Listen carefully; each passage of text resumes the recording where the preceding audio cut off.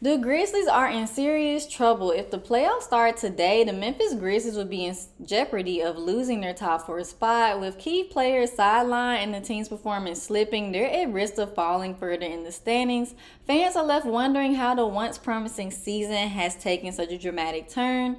The Grizzlies have been struggling to find their rhythm, and they need to find it fast. With other teams surging ahead, every game counts more than ever, and the pressure is building.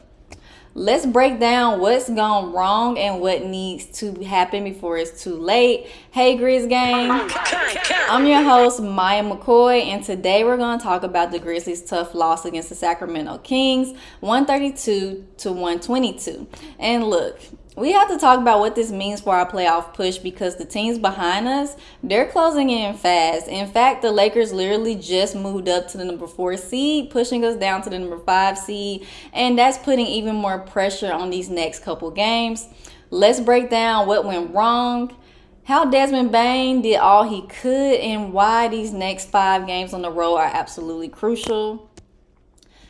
Desmond Bane gave a heroic effort, but it just wasn't enough. I mean, he gave everything he had this game, putting up a career high of 44 points, including 7 made threes. And here's the kicker.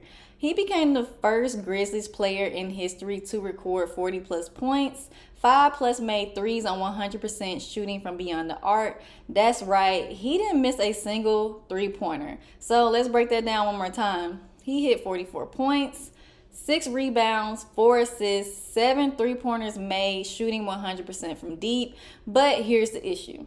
No one else stepped up. He literally was carrying the team on his back last night, just like this meme suggests. Jaren Jackson Jr. had 12 points. Brandon Clark had 15 points. Jalen Wells, 14 points. Zach Edey, 12 points. And the problem, Sacramento had 3 guys over 20 points. Malik Monk had 28 points. He killed us on both ends of the court, defensively and offensively. He was everywhere tonight. Then you had Zach LaVine. Zach LaVine had 23 points.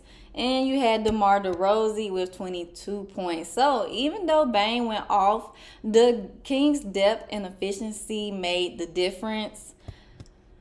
Key turning points that cost us last night was that turnovers were a killer. The Kings scored 21 points off of the Grizzlies' turnovers. That's free buckets we just handed over. Memphis turned the ball over 15 times, and Sacramento made us pay each and every time. Then you had Jake's revenge game, the former Grizzly who we just traded. He came in and he dropped 12 points on us, and just like people were saying on social media, we're officially on the wrong side of the revenge game storyline, which was not ideal. And the three-point shooting disparity, I mean, the Kings had 20 made threes compared to our 13 made threes.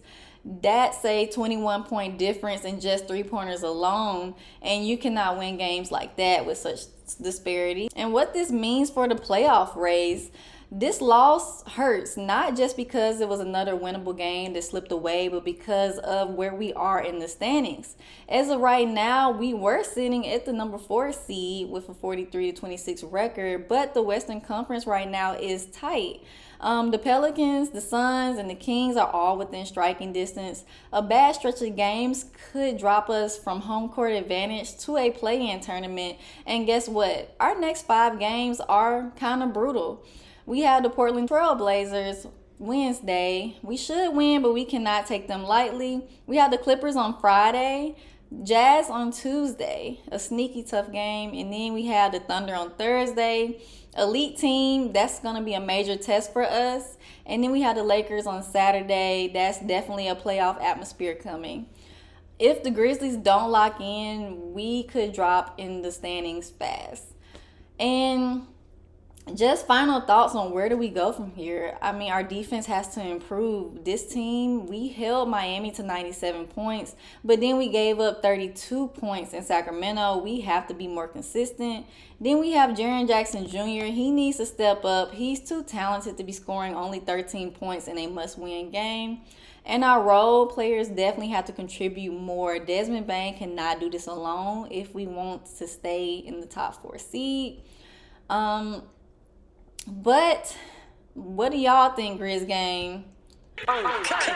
Are the Grizzlies in danger of slipping further down in the standings, or do we still believe they'll be able to stay in the top 5? Let me know in the comments below. And before we wrap up, let's take a look at some of the reactions from fans and analysts on social media about last night's game. We had the Michael Cole who says, still got the Clippers and Thunders on this road trip. The urgency was already high, but you have to win at least one of those now, in my opinion. Then we have the Sundowners. Is Jenkins going to be on the injury list for either of those games? That's the only way to win without him coaching. Definitely hard on Jenkins there. We put the injured Grizzly for him. And then you have the Grizzlies have really, really missed Saudi Adama this month. Yeah, we definitely are missing Saudi a lot. Then you have the Growl Towel Central who says he is just disgusted by the game against the Kings. That was definitely my mood watching the Grizzlies. My other mood watching the Grizzlies on each turnover they had. Then you had DWW who says they turn the ball over because there's zero roster/lineup consistency. Not anyone's fault, but just an observation and opinion. Also, defense could help.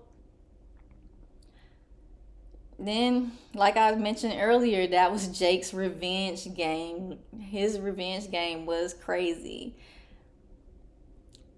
Then you have John Roster who says, if the Grizzlies turn the ball over 93 times, they will not win a basketball game against the Sacramento Kings. So if the Grizzlies stop turning the ball over every other possession, they would have a chance to win this game. And we definitely did not win the game due to turnovers and three-pointers. And that's a wrap on the tweets that I've collected.